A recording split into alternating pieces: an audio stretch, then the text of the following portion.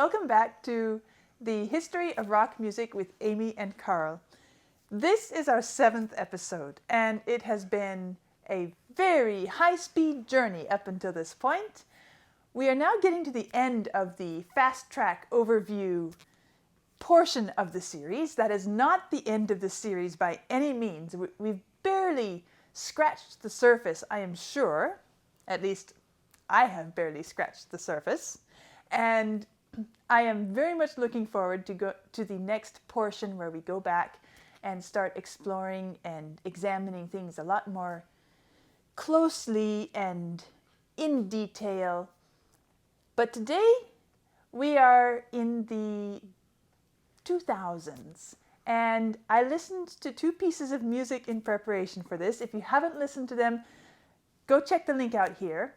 And you might be interested to see my response, because the truth is, I was a bit underwhelmed. And aren't we both? And I am curious to hear more about why you chose those pieces, because they didn't really seem terribly outstanding musically or technically or innovatively. Okay, I heard stuff happening, but it's stuff that is, well, I'm not a music producer. I'm not into this electronic music production end of things, but I assume that if you can do it once, you can do it again quite easily. And I didn't hear anything in those songs that made me just jump up and say, that is so cool, I want to hear that again. Welcome to the Great Music Depression. Okay.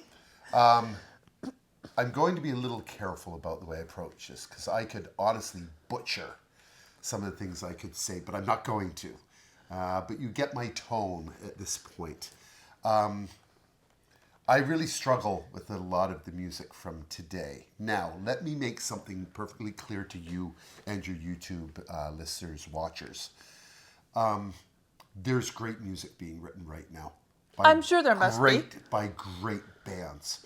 But when we were looking at this overview of the music journey, and we'll discuss this more in detail in a few minutes, when we started to get into it, I wanted to make sure that you were hearing music that was indicative of the period. Right, Nothing right. obscure. And when I say obscure, what may be obscure to me, to you, may not be obscure to me. So that's a relative positioning. But I wanted to give you music that you would likely hear on the radio or in media of some form. So the music I picked, My Way by Limp Bizkit, and also 21 Pilots doing Heathen. Those are songs you would hear on the radio. Okay. I don't really listen to the radio very much. Actually, that's why I listen to talk radio now, is because of music like what's being produced If I'm driving, I go for the classical channel, or I go for the news, or I turn on an audiobook, or I go for my whole long playlist of music I love to hear. And why wouldn't you? Because that's how we, in many cases, that's how we identify ourselves. Right. In music, as you know, Amy, I'm a heavy metal drummer, but I'm a lot more than a heavy metal drummer. Right, but right. if someone comes up to me and says, oh, you're a musician, you play music? Yes. Well, what do you play? Well, I play drum set. I happen to play 13 instruments, but I identify as a drummer. Right, exactly. And what kind of drumming do you do? Well, I do jazz, big band, you name it, I play it. But I'm a heavy metal drummer, so there's a strong identity to that. Exactly. Yeah. And this is one of the fundamental issues with what's going on in the music industry today. So let's get a little bit into what we've heard and what was going on. And we're going to come back, and I'm going to be jumping around a little bit, especially between the 1990s and the 2000s. In 1990, as we learned from coming out of the 1980s, which was very positive, then we went into 1990s, which became a little bit more depressive, because you can't keep that high forever. You got to come down off the high ledge at some point. And that's what was going on in the 90s. And we saw this more concerns because of environmental issues, the economy, and what was going on. And as we moved up to 2000, for a moment, there was this joy of, oh my God, we've hit the second millennia. And that lasted for about 3 weeks. And then we were back into, life is getting hard again, etc., etc. Also, when you're coming out of the 1980s and into the 1990s and beyond, the fall of the wall in Europe took place. the Soviet Union collapsed in upon itself, Yes. which I argue is a positive, even though Mr. Putin sees as a negative, but he's wrong and I'm right. So there were a lot, again, of things politically changing. We also saw the cancel culture starting to come into play as we moved into the 2000s. Also a very woke idea where, yes, if you're a middle-aged white man, you're bad.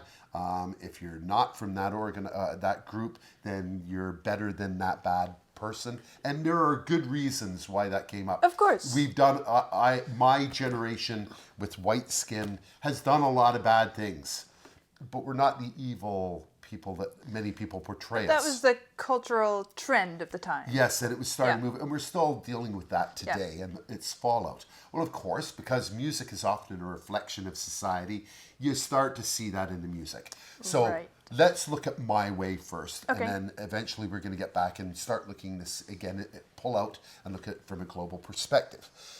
My Way by Limp Bizkit. Limp Bizkit was one of what we call nu metal bands. Now, when they actually spell new, often it's spelled N-U with an umlaut, which are 2 dots over the letter U. And yeah, it became known as nu metal as opposed to N-E-W metal.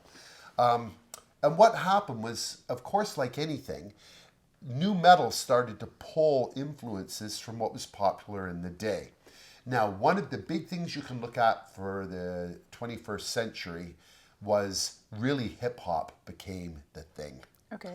Especially in America. It's not quite as heavy here in Canada, but yes, the inner city, the effects of the hip-hop culture, the way you dress, the words that you use, the speech patterns. And I saw you do your review and you were saying, hey, on the Heathens track, which we'll get into in a bit. But you see all of these elements starting to creep into the music. And of course, the music then essentially mirrors it back to the audience, and the audience either disperses it, and it grows, spreads it, or else rejects it. Exactly. You took the words out of my mouth. That's exactly what happens. Well, it was embraced by the young people that this is our music. You poor suffering group. But no, they embraced this style of music. So you got into this, So, of course, there always has to be a reason for something to be embraced, and because, of course, we don't want to come across as condescending. We don't like this music, or it doesn't appeal to us. But obviously, there must have been something that the audience could relate to and that made them feel like it was something to hold on to. And I would argue it is the greatest technical wonder that's happened to the human race, and that is the internet. Remember, 2000. And in fact, if you go back to 2000, there was no Twitter, there was no Google, there were a lot of things that were there. Right. This was all coming into play, and we were now starting to get a mass way of communicating that we had never seen before. It wasn't dependent on, let's say, the music industry. No. And so in addition to that, the hip-hop culture could spread much more readily. Yes, up to then you had MTV and things like that, and it was very fragmented in that this was R&B, which appealed to inner-city black youth, and yes, some white youth. But now the internet, we started to see this amalgamation of ideas and crossing information back and forth, where white kids were not intimidated by the black culture and we're taking that on, and vice versa. So it started to mingle with itself. And if you look at even at concerts, rock concerts, more than ever today, you will see a broad span of colors and faces, from white to brown to red to black to yellow. It's not this segregation, which again, if we think about music and go back, we're going to start 50s. seeing that. So it's coming forward. But again, we'll get back into that in a minute. So just a thought that's coming to mind. Yes. Because back in the 50s, where we started, the music was very, very simple. Yep. Even simplistic. Yes. And it had come out of a fairly well-developed, complex, earlier set of styles, blues and jazz, which were very nuanced and rich and colorful by then. And this new rock music was really quite simple sonically compared to that. And you said that the radio was a big thing in making this all happen. Certainly. So is this internet thing kind of taking us through the whole cycle again, where we were developing and growing in this wonderful way, and I was hearing things that were very, very interesting, and now suddenly, to me, what I heard was very uninteresting. Right. But is that the beginning of a new cycle of growth and development, which is going to happen because of this new technology? If it's not the new technology, the new technology really fast-tracked how we were going through this period. Now, if you think when you were kids, when I was a child, I was labeled as hyperkinetic. Hence, I became a drummer because I always had to be moving and doing things. Right. If you look at today's child, if you have a child today and you were to take it to a doctor and say, my kid is wired all the time, they would then label them as ADD. We've seen a change in our culture where we've begun labeling things, and young people are fully aware of this. And what's happening is they're reflecting that again back into culture and to music. So if you look at something like nu metal, what are the subject matters that you get into? Well, there's, first off, it's nihilistic in nature, very much like grunge. Yes, because grunge music, I remember that and now one. you're seeing the connections again. Grunge used to use, as I said in my last, our last meeting that we had, that grunge was now bringing forth lyrical content that was socially conscious. Right. It was very nihilistic in nature. It was very dark. It was very brooding. When you and I watched Black Hole Sun, the video together, I can't say that's the happiest video I've ever seen, but it doesn't matter. It's not meant to be. No, that was the tone. Right. There was this air coming about to our culture where young people were saying, my parents destroyed the economy. I have to pay back all this debt that they ran up. They've ruined our environment. Extinction rates on animals are higher than they've ever been. Pollution is just brutal. Now we've got problems with carbon dioxide in the atmosphere. What do I have to be happy about?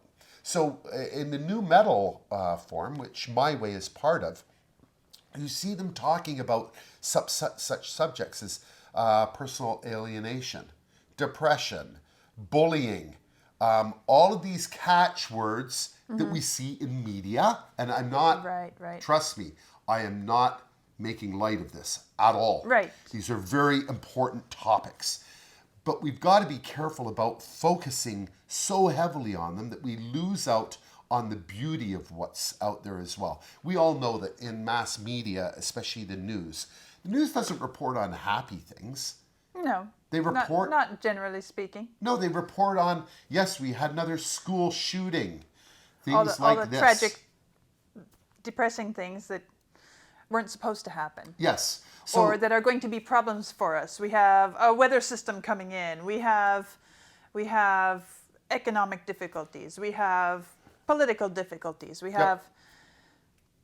It's to build our awareness of the things that we're supposed to be tackling, the issues we're supposed to be confronting, but it's not necessarily giving the full picture of everything around. No, I totally agree. And the thing is we even get into speculation.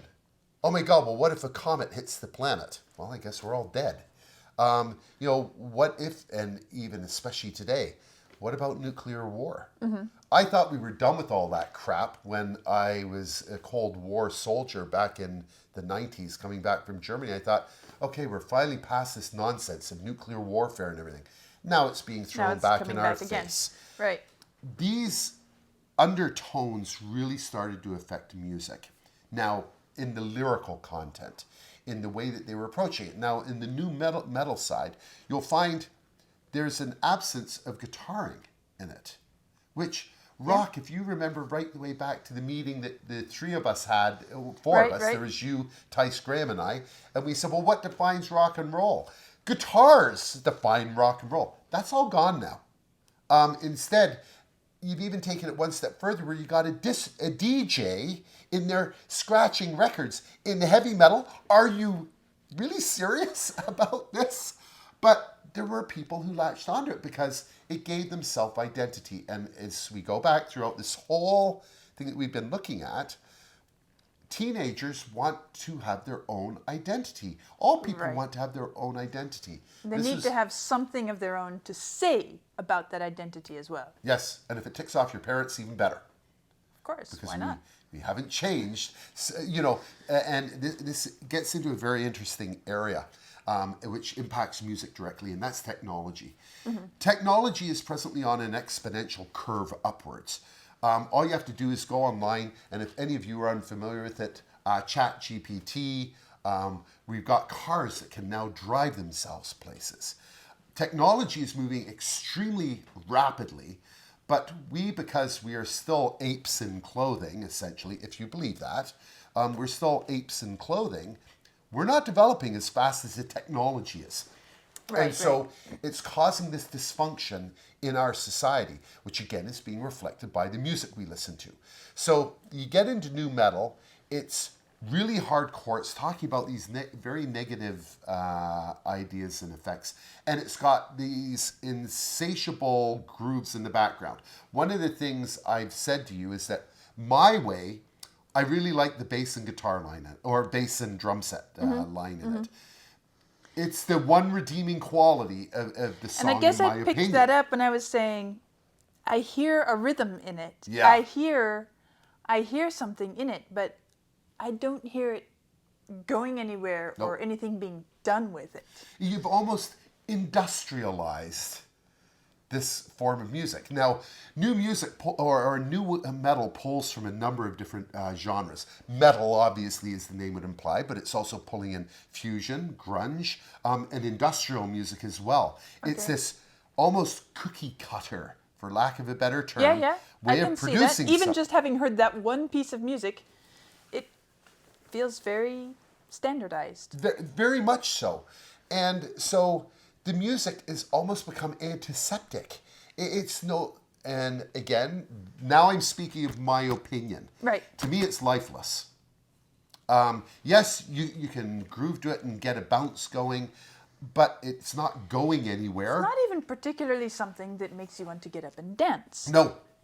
Which is something that we were looking at earlier in this development. It's one of the wonders of rock music. It gets you dancing. Yeah. And what's happened is you had, I explained in one of the other videos that we were talking about, where I said how when you go to a concert and the release of aggression in a positive way, when you're at a concert and you release all this energy and you're jumping, you're slapping your friends on the back, you might even be in a mosh pit slam dancing, but it's not violent. It is meant to release things, which brings me to a point about Limp Bizkit and what happened at the Woodstock show that happened at the turn of the century. Sounds funny to say turn of the century, but we are in the 20s now. And what happened was the organizers of the original Woodstock, as we know, in the late 60s, that was about peace and love. And that was a great success that they had. Well, they decided to recreate the experience, and it didn't go quite as planned. And if any of you out there have seen the documentary about Woodstock, I believe it's called Woodstock 99 or something, they go through this. Limp Bizkit was one of the bands that played at that performance. And Fred Durst, who's the vocalist for the band, he actually, and it's arguable, but there are a lot of people who feel this way, he actually incited a riot where they burned the place to the ground. Guys, I think you missed the fundamental idea of Woodstock. Non-violent or non-destructive anymore. Yep, and there were women who were raped at this and sexually assaulted, and there was significant violence at this particular concert that went on. Things have changed, everyone. Virginia, there isn't a Santa Claus. And it's very disturbing that we've gone in that direction. Now, the great thing is what goes around comes around, and things are very cyclical. I would Right. say by 2030, we're going to have guitar rock back again. At least I hope so. And again, I'm not trying to diss rap, hip hop, or anything like that. Not in the slightest. Because even though we're not going to dive too heavily into that within what we're doing rock and roll wise, there's a lot of rap music that I personally like. But it's intellectually sound. It's got a great groove to it. I can dance to it if I require, or at least bounce up and down and feel the groove. But it's salient and often it's positive. This is not that. And it worries me that we've gotten to a point in rock music whereby we're reinforcing the cycle of negativity and nihilism, which I don't think is necessarily good for all of us. Well, as you're talking, I'm thinking, because I did a first listen and spent some time with another piece of music which came up last time there was a nuclear crisis, which was Sweet Child in Time. Right. And that was a very compelling, artistic, well-constructed piece of music. Whether it's to your taste or not is another question entirely, but it had a level of artistic integrity to it. And as you're talking about, okay, here we find ourselves in a place we didn't imagine ourselves being in terms of nuclear crisis, but also the sense of, I guess I might say disorientation, because as you're saying, technology is progressing so fast, it's almost like we don't know as humans where we fit in anymore. Yeah. Yep. And so perhaps as we kind of recalibrate and find our balance as a society, perhaps we can expect the music to start to come to a new level place where it can start to grow and develop further. Yeah. Again, we're speculating. Right, so of course. Of course I don't know. Don't know exactly how it will happen or what will happen, but we all know that music doesn't just sit in one place forever. But here's something I will tell everyone right now, and this is very encouraging for me. Most of you by now are aware I'm a drum set teacher, although I do teach guitar and other instruments, but this is my specialty. I had a young lady come to me the other week. This would have been about 3 months ago. She started lessons with me. She's into Avril Lavigne and a bunch of other popular musicians that were from the 2000s onwards. And I said, I want to introduce you to a piece of music, because when she sat down to play the drums, because she was already a guitarist, she'd taken piano lessons, she was also a vocalist, she caught on very, very quickly. Right. And so we decided to do the song Complicated by Avril Lavigne, which is a song that I may introduce to you at a later date. And she had played guitar and sung it, and I saw her on stage doing it. And she did a great job. And I said, that's good, let's do Avril Lavigne Complicated. Well, after about 2 weeks, we had finished the song. I said, I'd like to introduce you to a new song. And I played her the song, and I know you haven't heard it yet, Tom Sawyer, and you are going to listen to that song, by Rush. Okay. Well, it got to the end of the song, and she went, oh my God. And she said, that is probably the most amazing thing I have ever heard. And this is where this all comes into play. Here we have the internet, which gives you unlimited choices of music. That's part of the challenge here. There's so much out there. So much, you don't know where to go looking for the good stuff. Exactly, how do you find it? Or the inspiring stuff, or the stuff that's going to help push you forwards. Totally agree. So she hears Tom Sawyer and she said to me, I want to learn that. And I said, not a problem. And the following week, and that was about 2.5 months ago, and she's presently working on the song. A few weeks later, I said, now you've heard Tom Sawyer, I'd like to play a couple of other Rush songs for you to listen to. One was a song called Nobody's Hero. There was a few others, because I wanted her to hear that Rush doesn't just sound like that. Every song I played, she said, it's genius what I'm listening to. I would argue, if that's how this young girl feels, and the only reason she wasn't listening to Rush was because she was unaware of it. Maybe she didn't know it existed, right? Exactly. Once exposed, these great musicians, and not just Rush, whether you're listening to Pink Floyd, Queen, whoever, The Boxer, by Simon and Garfunkel. When these students are exposed to this kind of music, they go, why didn't anyone tell me about this before? Well, I'm telling you about it. And that kind of ties in with my whole philosophy, which is, well, you're finding yourself kind of in the same place that classical musicians find themselves now. Please explain more. Where the art form that we know, which we feel is so rich and extensive and relevant, And it is so either misunderstood or simply unknown, Yes. that it doesn't get the traction that we think it deserves. You're kind of in the same place. Yes, As yes. a Rush rock, As an older rocker, metal, yeah. whatever. and so you're voicing the same sentiments that I feel, is that if we can find a way to connect the young people with these well-developed art forms, it's not like we're trying to say, oh, you have to be a classical musician. No, No, not at all. Or you have to be a Rush fan. a Rush fan or a metal musician. No, but the idea is that when you have a substantive background in the art that has come before, then, as you and I know, we're both fond of saying, then we're able to stand on the shoulders of the giants Yes. and reach even higher.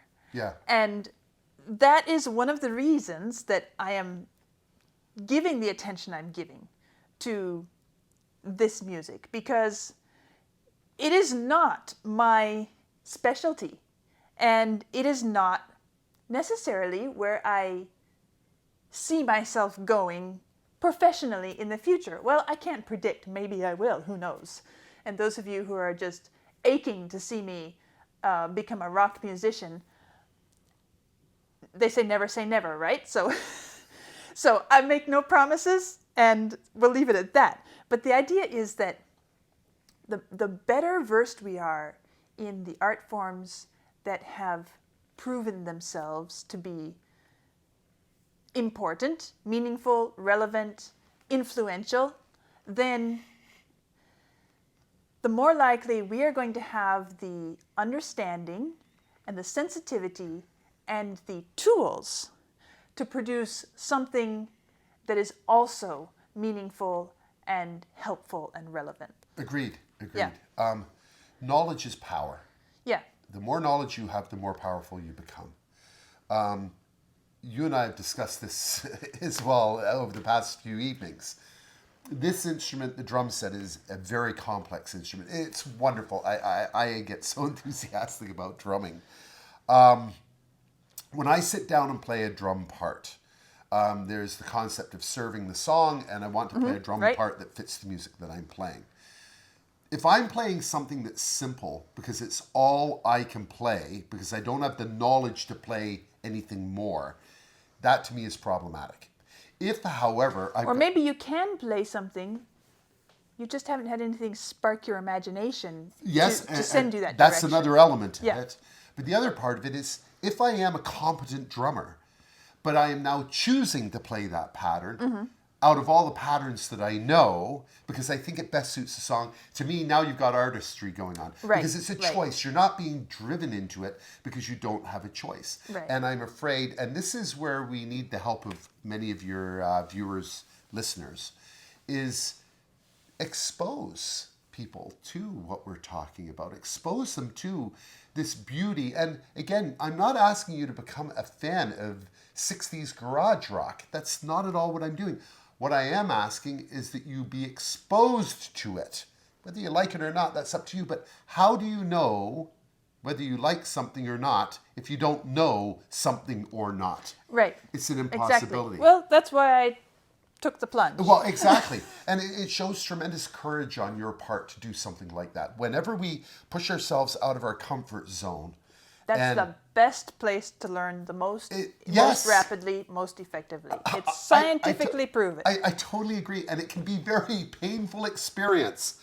But as you get better at this, and even I'm already seeing development in you from what we've discussed so far. You're starting to understand these concepts, and that's what's going to, in my opinion, make you an even better musician. Absolutely. I'm sure of it. I have no doubt. And it's the same with me.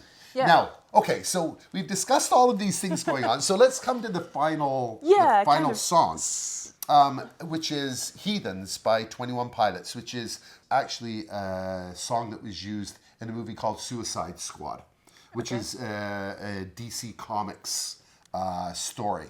And the music was used for that particular movie, which again, very action-oriented movie, very popular at this style, one of these big blow-everything-up kind of movie. Also tends to be very dark in nature. So again, we're seeing now that not only is the music mimicking these dark and rather negative mindsets, but our movies are tending to do the same thing.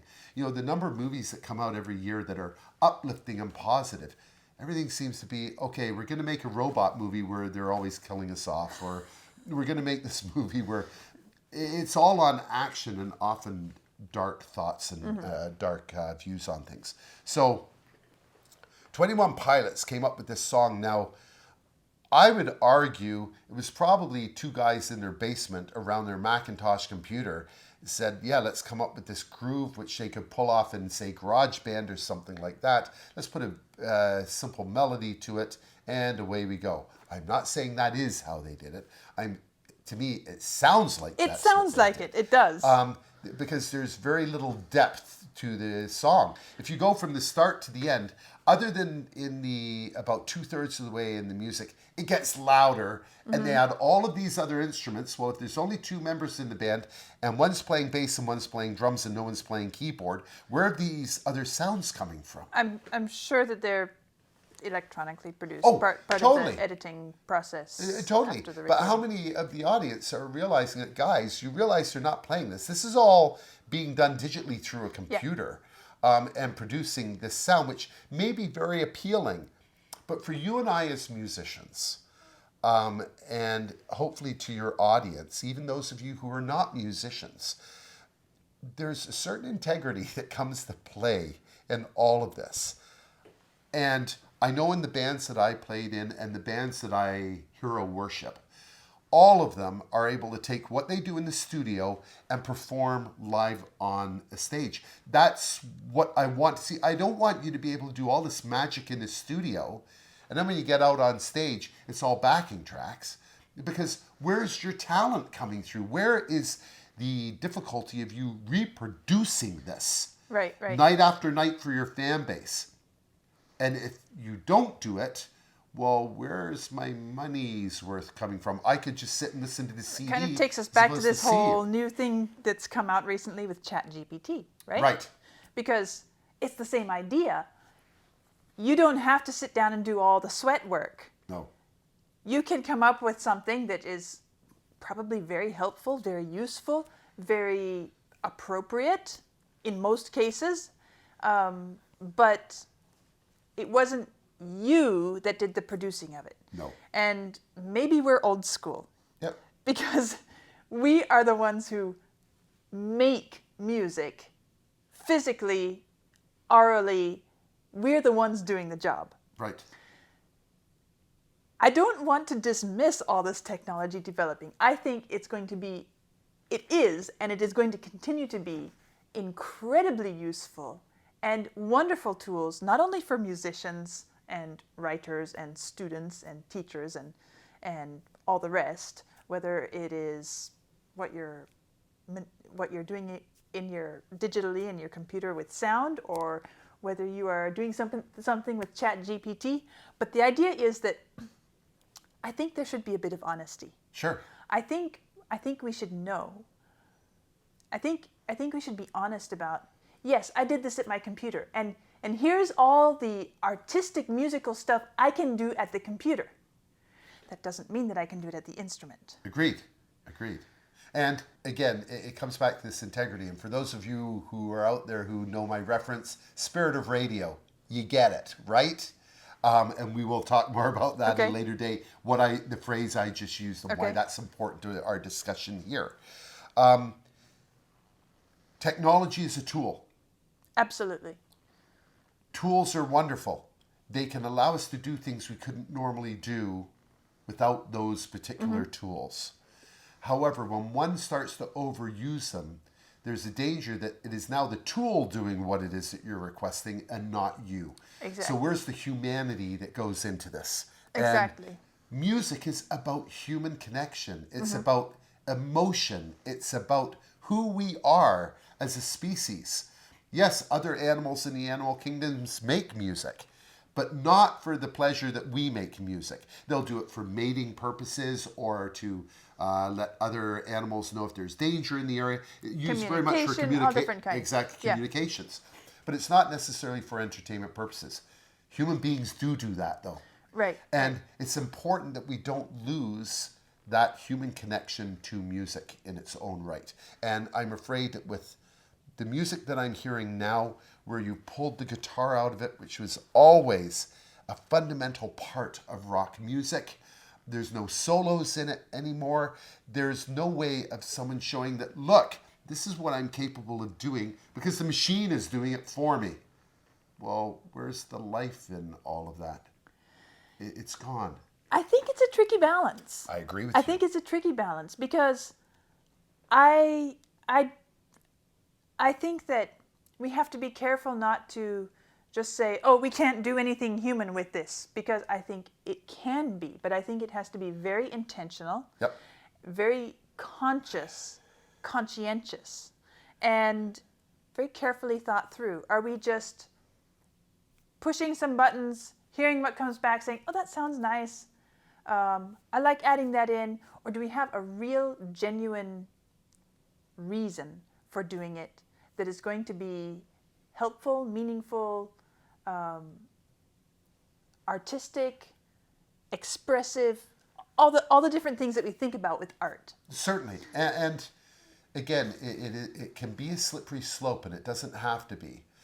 But here's how I feel about this. I don't think we will ever get to that point where artificial intelligence is what we're talking about, is going to take over what it is that we do.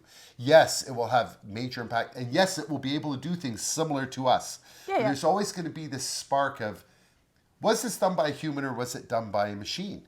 And it's funny, we were talking about ChatGPT the other night, for those of you who are watching, I typed into ChatGPT, write me a poem about Vlad, and I can't remember, I put in a couple other things, and it wrote a poem about him. And we all laughed. Yeah, and it was pretty funny, and it actually was pretty darn good as well. I can't remember what the final parameters were for the song, but it turned out to be pretty funny and pretty salient. And that is great. Yeah. But again, could I write a poem as good? Yeah, I know I can. Could I write a song that's better?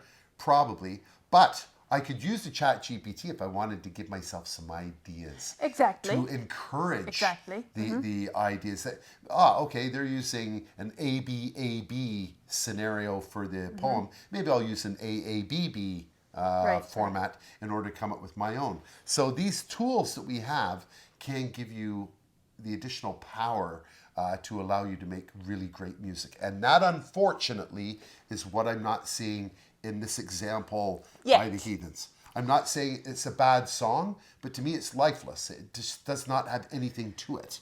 And when I listened to it, I wasn't thinking about all of this stuff. These thoughts came after I had finished that listen. But even as I was listening, you're right, it felt soulless, lifeless. Like there was nothing in it that would make me want to listen to it. I was trying to think, because we were talking in previous decades, not us, but you get what I'm saying, about the previous decades of music, where rock music developed for the purpose of dance and movement and dance and movement. And the other night we were saying it's great for when you're cleaning the house, or when you need to be active, or when you have friends over, and all these different contexts where that kind of music just feels amazing. Where would in what part of my life would I put this music on? Yeah. And I can't personally identify any life activity where I would want to listen to that music. Right. Now, I would love to hear from the audience. If there are those of you out there who love this music, tell me why. Why is it meaningful to you? Why do you connect to it? And what part of your life does it fit into? Because I am incredibly curious, and I don't want it to sound like we're just putting this all down and saying we hate it, we don't want to listen to it, and all of this stuff. That's our personal opinion. And that's our musical experience and our lives and our livelihoods all coming into play in the way we relate to music. But that doesn't mean it's the only way to relate to music. And obviously, this music became very popular. Yep. At least in certain. It came number 2 on the Billboard Top 100. And I it's found almost that the number one when record. you told me that after I listened to it, I was astonished. I could not believe it. I said, why? So I'm asking the audience this question. Why? Because I would love to know. I would really love to know. Yeah, and there's a lot of in this particular episode, there's been a lot of philosophical discussion, which is all good. And again, it's none of this is good or bad. It's just from our educated position. I don't want to sound as though we're being aloof here. We're not doing that. It's just Amy and I have a strong background in composition, in performance, on the instruments. It does not mean that we are right, however.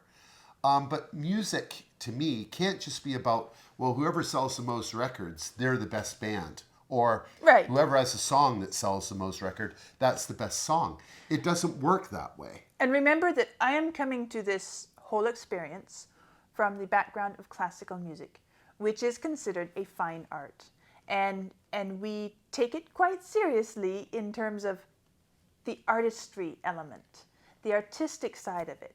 I also recognize that not all music is meant to be that way.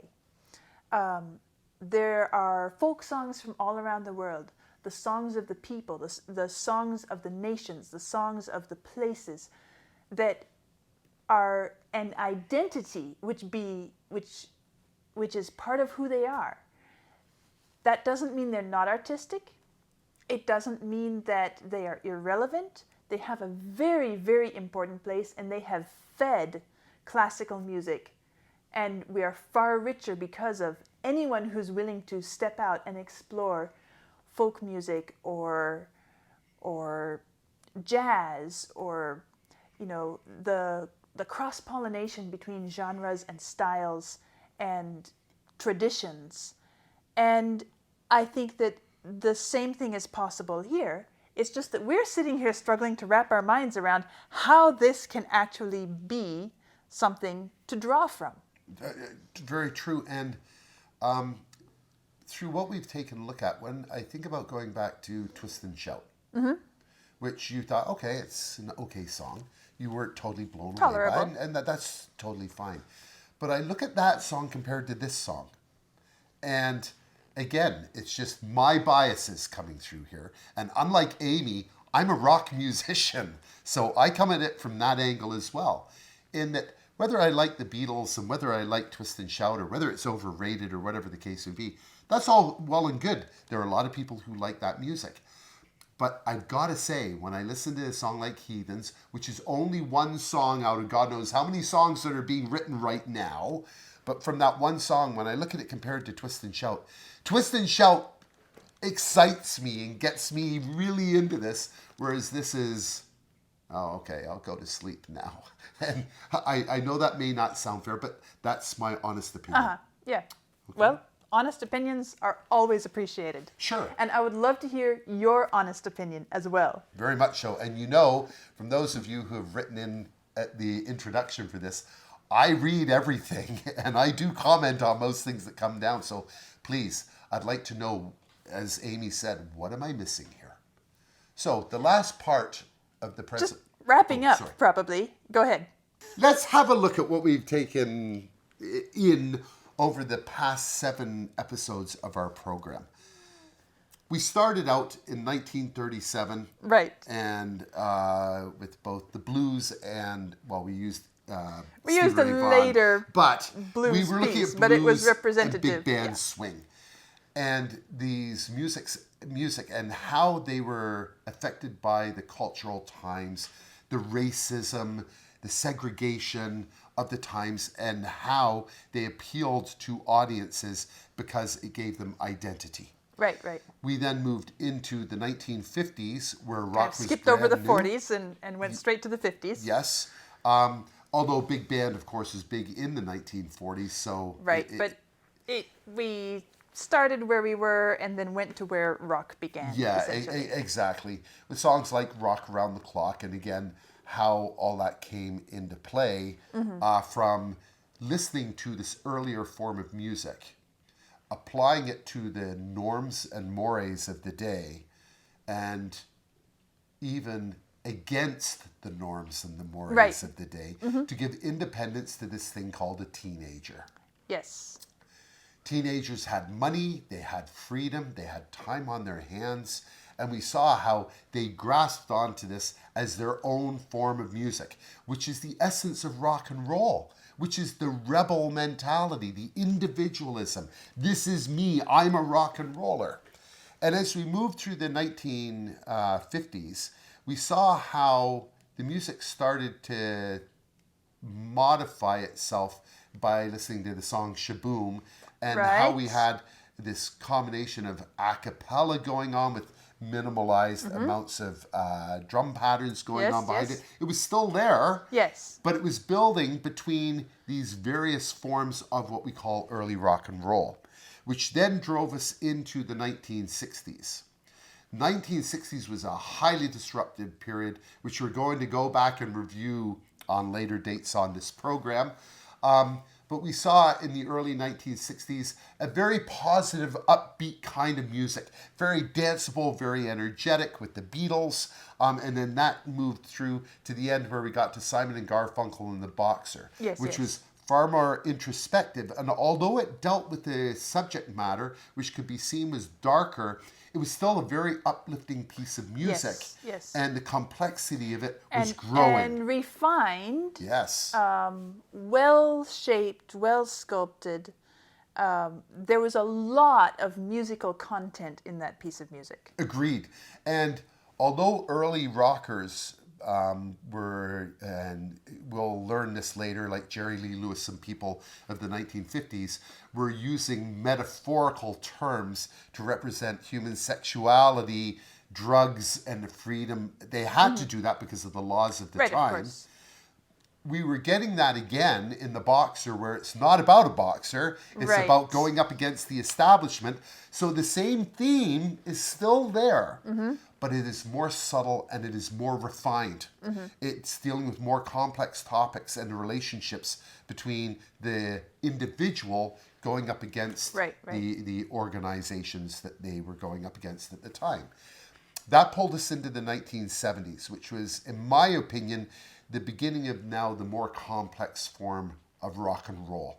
Okay. And as we started to go through the 70s, we started out with Southern rock with Yes. Leonard Skinner, and we moved our way through, finishing up with the Knack. And we saw how the Southern rock, highly politicized, talking about these political issues, again, racism rearing its head. Yes, And then yes. as we came up to the Knack, we ended up with something called power pop, whereby, again, in this case, it was more of a not happy-go-lucky, but it was a more positive state of a guy who's in love with this girl, Yeah. Sharona, and we saw how the driving beats were happening between the drum set, and even you expressed about how the song was now starting to be built. It's moving in a direction now. Same Yes, thing yes. happened in the Boxer. These songs now are not just, let's play three Background verses dance and music choruses. or something Yeah, that and fits then- on the radio just because I have 3 minutes, so pack it in real quick and be done. There is a sense of development and progression and direction. Exactly. And even in the early music, it's almost like, guys, we need to end the song. Okay, let's end the song. These other songs weren't doing that. They were putting more things into it. And that led us through the 70s, which again, when we move on to our second series of what we're doing here, we're going to be diving very heavily into 70s music. We got to the end of the 70s, and then we moved into the 80s with Our Lips Are Sealed, biggest female band in history, with the Go-Go's, and we saw the impact starting to happen of computers. Now, it's not like what we just talked about with 2020. Of course. No, they were literally using them as a tool now. Yeah. I can now layer things more readily. I can go back and chop things out and put things in different areas within the song, which then gave the artist the freedom to express themselves on a much higher level. The recording process was better. The sound was better. They were getting into digital music now, which was a perfect rendition of what the person was doing. So we start to go through this as we move through the 1980s. And then as we come to the end of the 1980s and we move into the 1990s, we notice the big change in music again, because the 80s was all about positivity, the excesses of life, which is showed in the Motley Crue song, where, sex, drugs, and rock and roll, that's what we're all about. You come into the 1990s, and that comes to a grinding halt as grunge, which becomes the predominant music, especially in the early years of the 1990s, turns around and says, we're backlashing against you. This over-sexed, over-drugged society, no, we're going to bring it back to more simplistic forms of music. And we're going to bring it back to a more sense of responsibility towards the world around us. Exactly, which came through in the lyrics, which, although nihilistic, were now starting to entertain real world problems. And so they were very in attuned with where are we going and the responsibility that we owe. It's not just all sex, drugs, and fun. No, there's serious issues happening out here. And that's when we first saw the impacts of environmental issues. Back then it was the ozone layer and things like this that were going on. As we, of course, push through the 1990s and come out into the year 2000, we again see another shift. But the shift is not a shift in the positive direction. And I'm now not talking positive, better, worse. I'm just saying the mentality of what was going on in people. It's more disconnected. As I was listening to those pieces and saying they sound bored or disconnected or uninspired, maybe a little bit unfocused, like they really don't know where to go, what to do from here. Sure. It's, and this is a strong word I'm going to use, but it almost ends up dystopian. And so you're coming into this period now where we have mass access to information, which is why we're here in front of you right now. Without this, we wouldn't have this program that we're doing, which we hope is being used for the good, so that you learn something, you educate yourself, and now you may have more information, or you help to educate us, as Amy has already said we want from you, and I fully agree. We all get better together. But we all know that out there in this world of misinformation and challenges that we have, there's a lot of negative stuff that's being passed around. It's not the fault of the technology, it's how we've decided to use it. So as we finish up our 7th episode here, we're now climaxing, so to speak, to the point of the development where ironically, it's almost, we've been moving up and up and up, and now it seems to have crested and come down for the amount that someone wishes to give it credence for. Whether it's a lot or whether it's a small amount, I don't know. But as we carry on with our sessions that we do in the future, as we dive more into this music, we're going to hear other bands and other forms of music that are going on at the time, other genres of music, which may, by the time we're done this whole thing, we may have a different view on this. May very well. But right now, this is what we're up against. This is where I've ended up, in this fast-track speed look through history. And the next step for me is for us to go back and take more time and dig into more of the development of the music of each of these eras and the different branches and the different cross-pollination and the way things weave together, feed each other, feed off of each other. And I love that kind of thing. So I'm looking forward to it a whole lot. I'm also looking forward to continuing to expand my knowledge of the repertoire and all of that goes with it. So we will see you again very soon. And until then, thank you, Carl. Thank you. And we'll be busy. You better believe we will. I'll see you all soon.